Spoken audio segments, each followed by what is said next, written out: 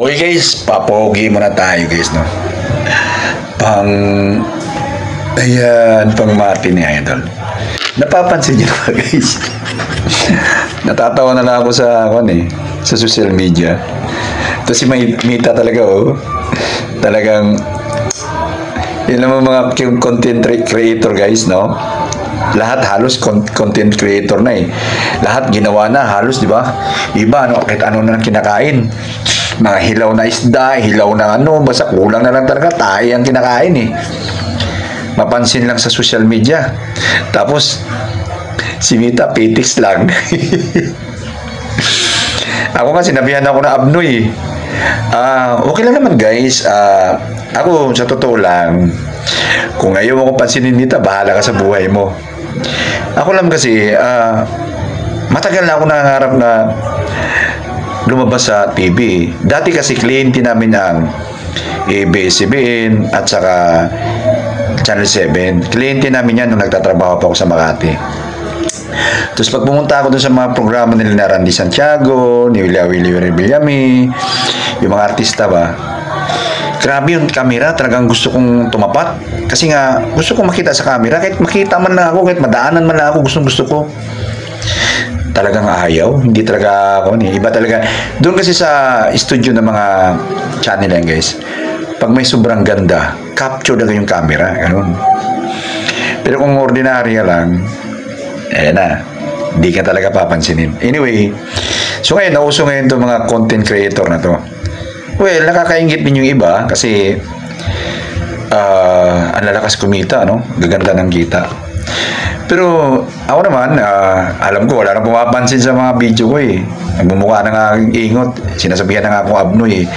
Ang dami-daming nagbabas sa akin na abnoy daw ako. Si Raulo daw, mga kuwan. Bahala kayo sa buhay nyo.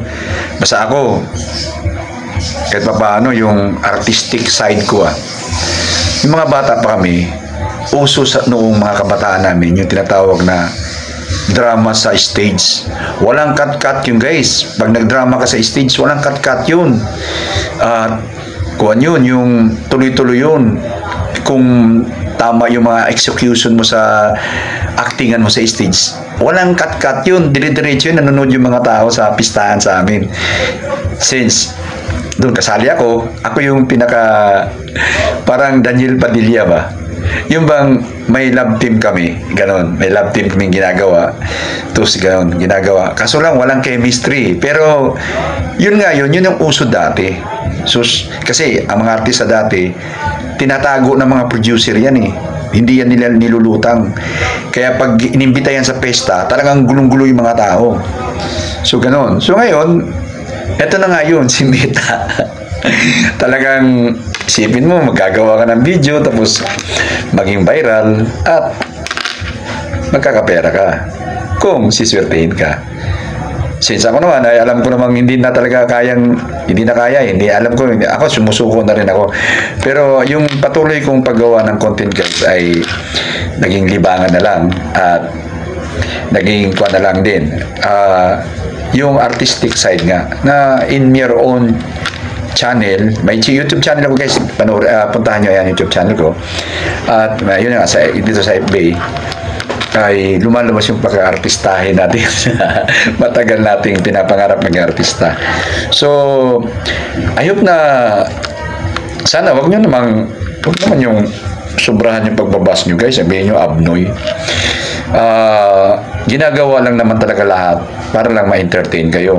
So, kung hindi kayo na-entertain sa mga ginagawa namin, sana ma-appreciate naman ninyo yung mga tinatawag na effort ba, yung ginawa namin lahat para lang makapag-entertain ng tao. Na alam ko naman na hindi lahat ay nasisiyahan sa napapanood yung mga video namin. So, masakit sabi ang abnoy.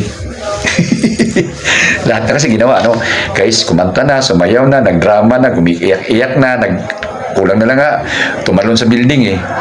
Pero marami tayong creator na ginawa yan at ayun, nadisgrasya sila. So, sa mga content creator dyan, I hope na ingatan pa rin natin yung ating kalusugan. Huwag naman sobra-sobra na halos ano na kinakain eh. Mga nakikita ko sa mga video kahit ano, natatawa na nga lang ako minsan kasi talagang desperado ng moves ng iba. Para lang siguro mapansin ni Mita. Okay? So, Mita, huwag kang isnabera.